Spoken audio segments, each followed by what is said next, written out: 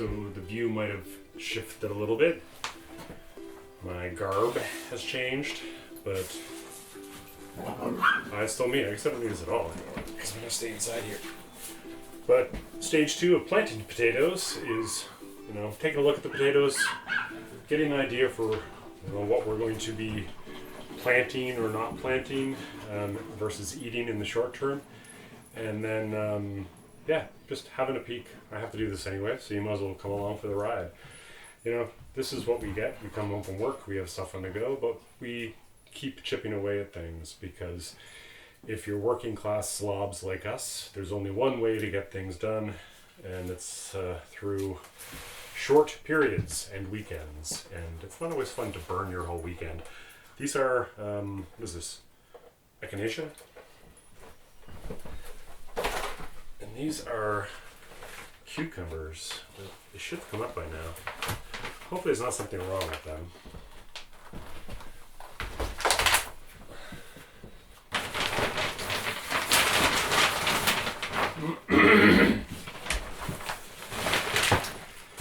Okay, we got a little bit of garden setup. We even have some dirt up here.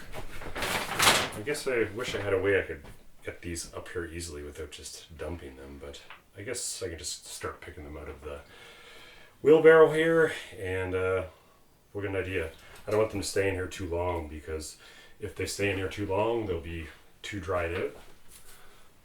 Let's see what this looks like, if you get a half decent shot.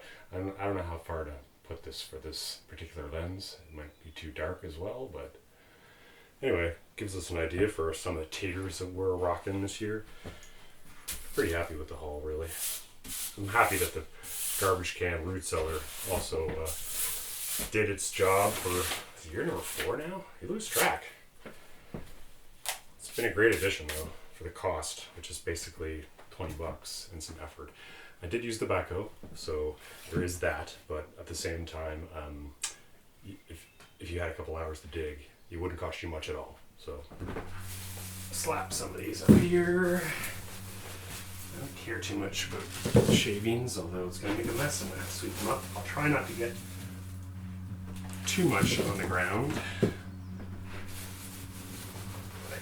it's just going to be much easier. I know I'm going to make a mess in here. Who am I trying to kid? It's going to be a huge mess.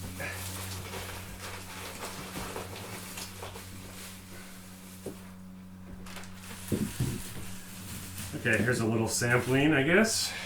Oops, I guess I should be on the other side, shouldn't I? No.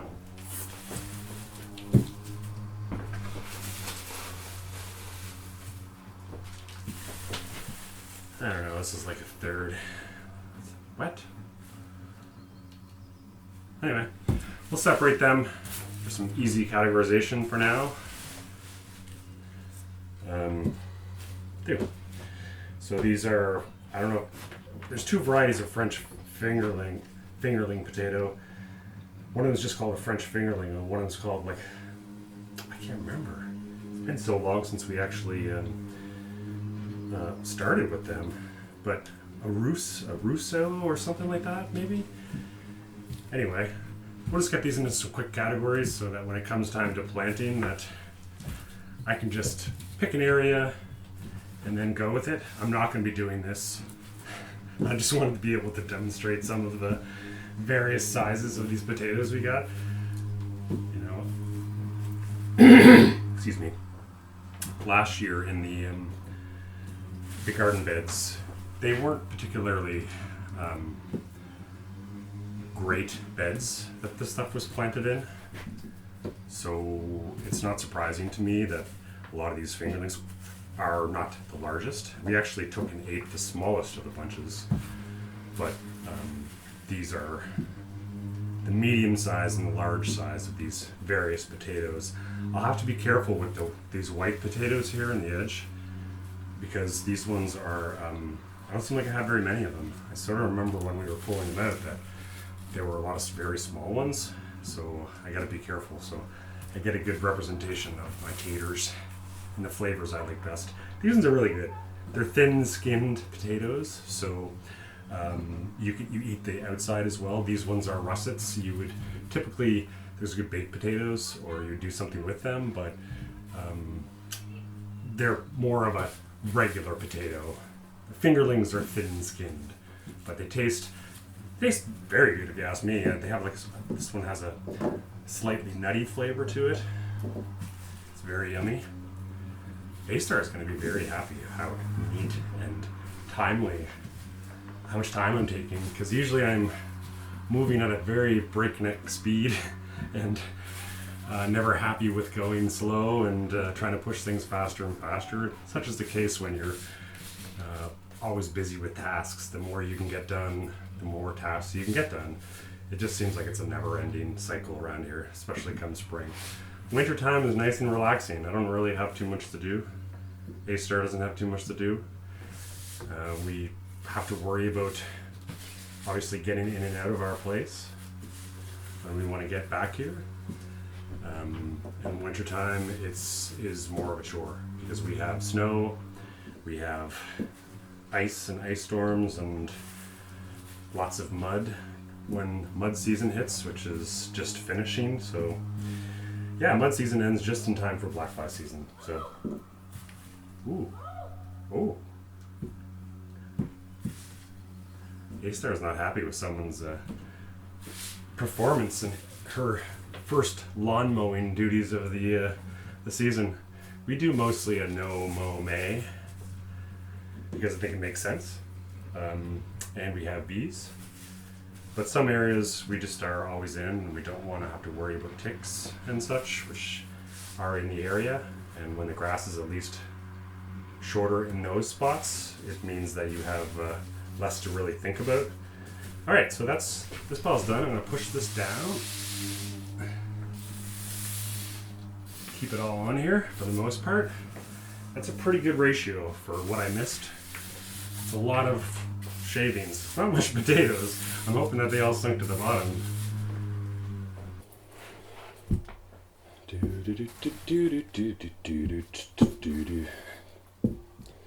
Cold potatoes, cold potatoes, cold potatoes, cold potatoes, cold potatoes. Ooh, cold potatoes. I'm sure I seem to remember actually from my fall video, maybe putting these in the root cellar. I don't know if I even recorded that. I just recognize this potato. I get this in the ground. These make some good potatoes. See, you can see where I actually gouged or something dug into it. Must have been before it went into storage. But so far the russets are definitely winning. And it's much like I mentioned at the very start. The white potatoes, there's not nearly as many. I'm not sure what they are. They're fingerling, but which variety? Because there's a couple here.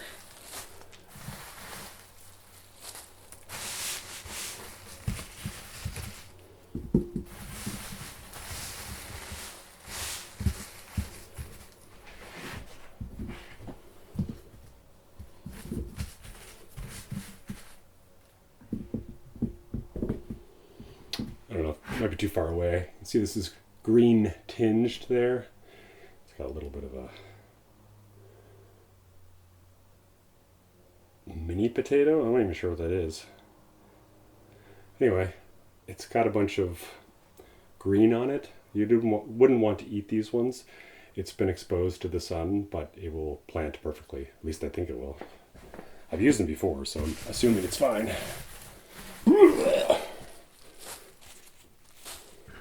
Still cold.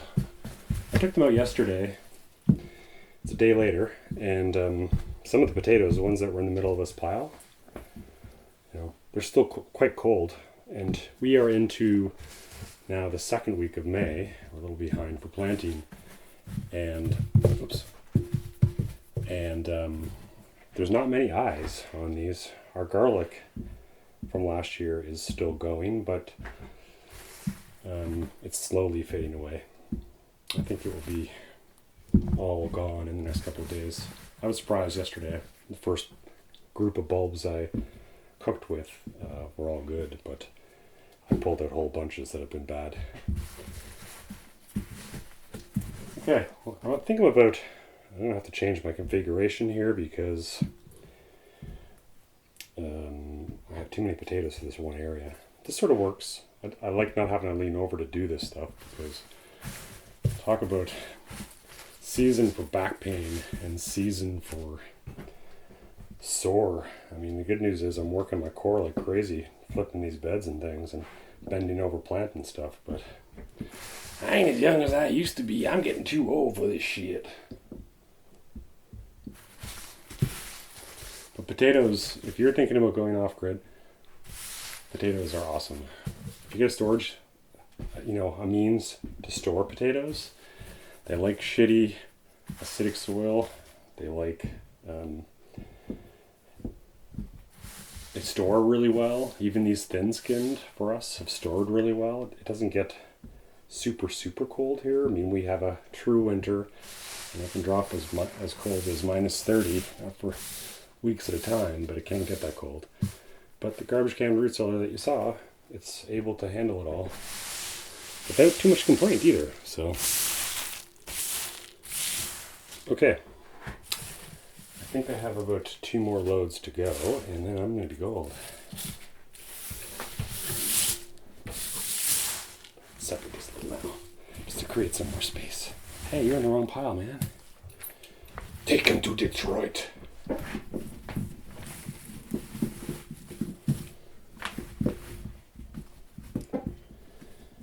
Alright, so definitely this is the way it's going here. Big, bigger, biggest. Or small, smaller, smallest? No, that doesn't make sense. That's wrong. Let's put some potatoes on the table. We gotta load the potatoes on the table. The table. Gotta fill it up. Gonna put some ushers in your gut. Here it comes. Some taters for you. It does seem like there's more potatoes with every one of these loads, just because the fluffy stuff is on top. It's like when you have a mechanical separator and the big stuff always goes to the top. Oh, it doesn't make sense. That would be the opposite. Liar.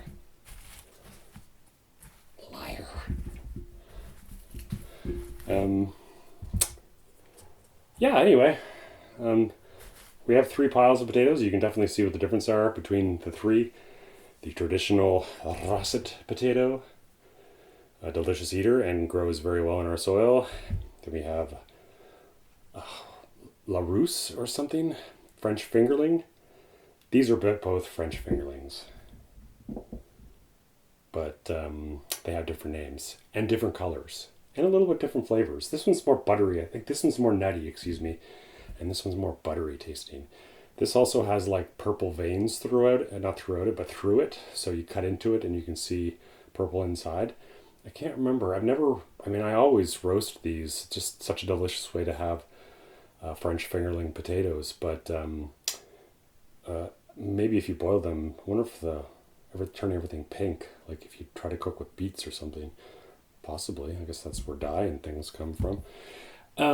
Anyway, I'm going to finish doing this. The camera's about to die as well. So, and then we're going to be probably through this part of the session. We'll do a little roundup with the rest of the potatoes, so that we can get an idea for what the final numbers were for potatoes that made it through the winter versus got eaten over the winter. So there you have it, our 3 piles of potatoes in their finished state. What do you think? It's pretty marvelous, isn't it? It's about even. I mean, these still have to go in, but they're all separated out. It's pretty even. I'm pretty happy with what we have here. So now it's just a matter of picking out the biggest ones that we want to plant and defining the area that we want to operate in. So our potatoes are done.